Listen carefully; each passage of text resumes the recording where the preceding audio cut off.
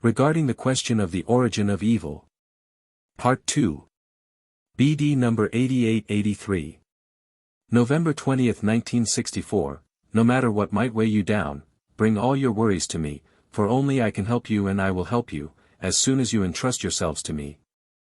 However, I expect a firm faith of you in the truth of what you hear through my Spirit. For only your strength of faith enables your unreserved trust that I cannot offer you anything but the pure truth.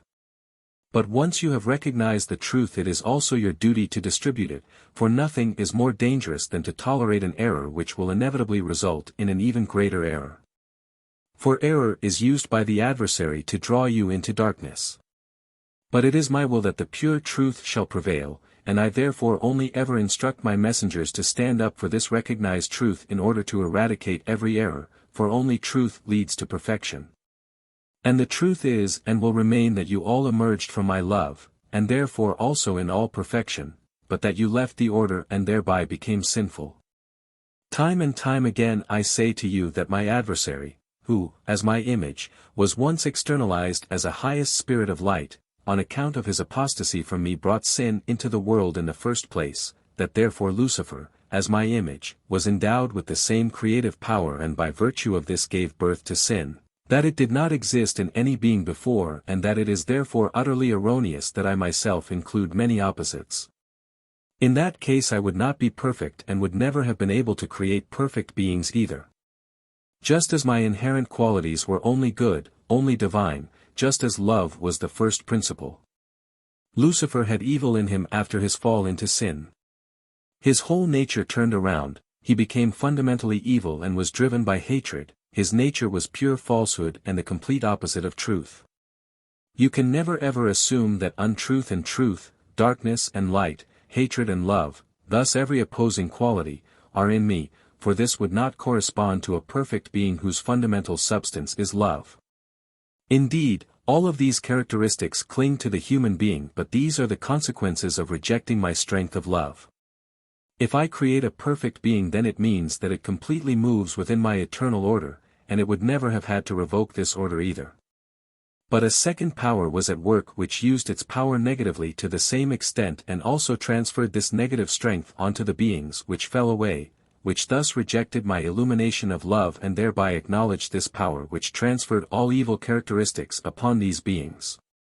These were all the after effects of the apostasy from me for which Lucifer is responsible, since no opposites exist in me or I could not be called a god of love, if hatred was within me already. Nor would I be a god of truth if lies existed in me at the same time.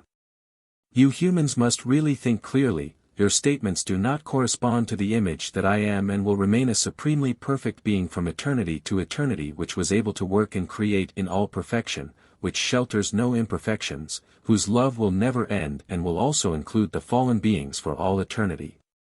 The fact that my likewise powerful adversary would so abuse his power in order to create a world which conflicted with the world of the pure spirits was indeed possible, because his free will aspired towards all characteristics which contradicted my perfect nature, and then he transferred these characteristics upon the host of fallen spirits.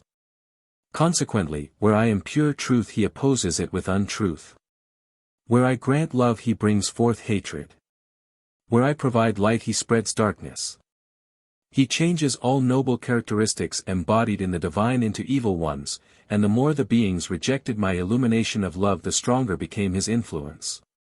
Everything evil emerged from him and humanity is more or less afflicted by his ingrained failings. The whole earthly world is a world of opposition to me but which one day will be broken by my infinite love. For you ought to know that Lucifer was once the most blissfully happy being, created in all perfection and also remained in this bliss for an infinitely long time, but that he, by rejecting the strength of love, created evil himself by virtue of his power and became my direct opposite. And all those who followed him adopted the evil characteristics and opposed me. For the rejection of my strength of love resulted in their solidification, so that they had to be reshaped as creation and must cover the infinitely long process through the creations in order to then fight as a human being against all ungodly characteristics which Lucifer transferred upon the fallen beings.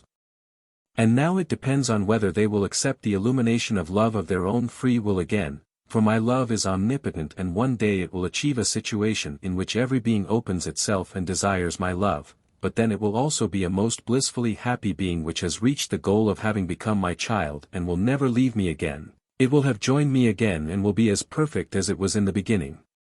Amen.